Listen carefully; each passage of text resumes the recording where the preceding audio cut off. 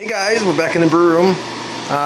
So I'm making that corn beer from my previous video, and I know it's a rather heathenish thing to do. I used to really oppose the idea of making a beer with corn, but it is something that people tend to like, cream ales and such. So I'll show you what's going on here.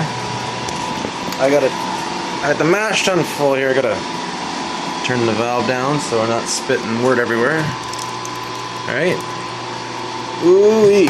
Nice and full. Oh boy. Turn it back up. It's not really that full, is it? But it's got a batch going on.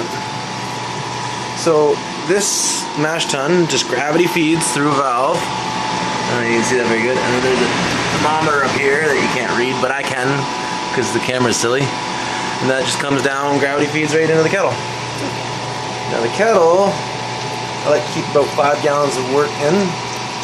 I haven't quite figured out exactly how this affects my adding this 5 gallons displacement. I'm not exactly sure how that affects my grist ratio in the mash.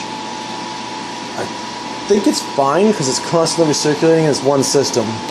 So your enzymes are going to be on the prowl, moving through the whole system the whole time, and there's lots of motion. Like, that's pretty good flow for just gravity, and we're replacing it pretty quickly. So the idea with this is try to find a balance so you're not losing that water level or you're not gaining on that, well, wort level in the kettle. And then you know you have your flow rates right and you're constantly recirculating. I used to go right out of my mash off of this valve into the bottom well of my pump. There was enough flow that I wasn't really getting stuck mashes with that. But I find that lautering is going to give me a clearer beer and I can see when I can stop mashing better. As you can see, it's already starting to clear up. It looks pretty milky to start, but the stuff coming out of the mash tun is already starting to clear up. I'll go through a couple steps of that as I go into the mash and stir. For that, I'll just switch the pump off, go in and stir, and then turn the pump back on. So right now I want to be mashing at 65, and this is my input temperature here. This is wort that's been recirculated, so it's been lautered up through the pump, all the way up through here, and then there's a coil in my hot liquor tank with my sparge water in it. I find with this system, using the lauter, the kettle is a lauter tun, I get a lot more heat loss, and I probably also get some water loss too through evaporation. But as you can see, this body of water is sitting at about 70, just under, maybe 69, and it's coming out at about 66, which is ideal because there is a little bit of heat loss. Like, this is a gap in the mash tun. It does have heat loss. So you want to add a little bit of heat. If I look under here, I'm doing like 65, almost dead on the thermometer on the output. So they're both factors, but I want to make sure that the stuff coming out of the mash tun is the right temperature, especially after a stir. Yeah, so this is my current mashing setup. I've been able to accomplish a couple different setups after I switched to the cam locks. I only run one pump, and that seems to work fine with me. There's actually less work changing around the plumbing now that I'm using this current setup with the kettle being the lauter, because I'll just wait until the wort starts running clear, and then I'll just turn the pump off, close that valve on the kettle, and start sparging. And I'll start getting these, see. So even in the time of this video, I've lost almost a gallon. So I'm going to turn my pump down a little bit. Quick note about chugger pumps.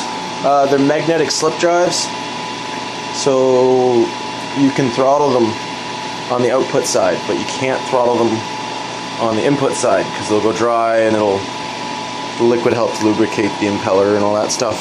So anyway, always make sure your throttle valves, your ball valves are on the output side, and make sure your pump's at the proper orientation so that the head is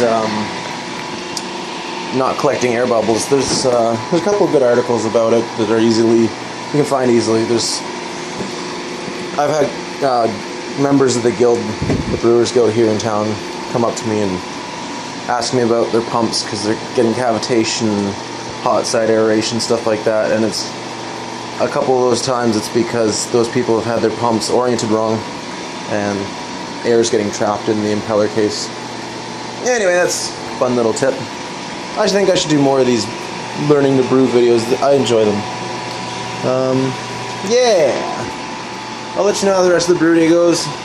This is the mashing setup now. I think it's pretty good for a homebrew setup, especially one this big and pieced together.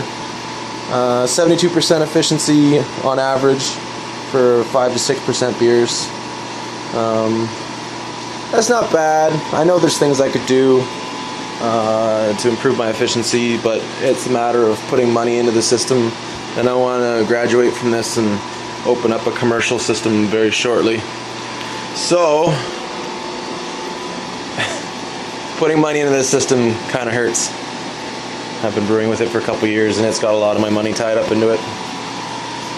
So we'll see what happens, but I'll try to keep you YouTubers up to date because this is fun. If you know how to homebrew,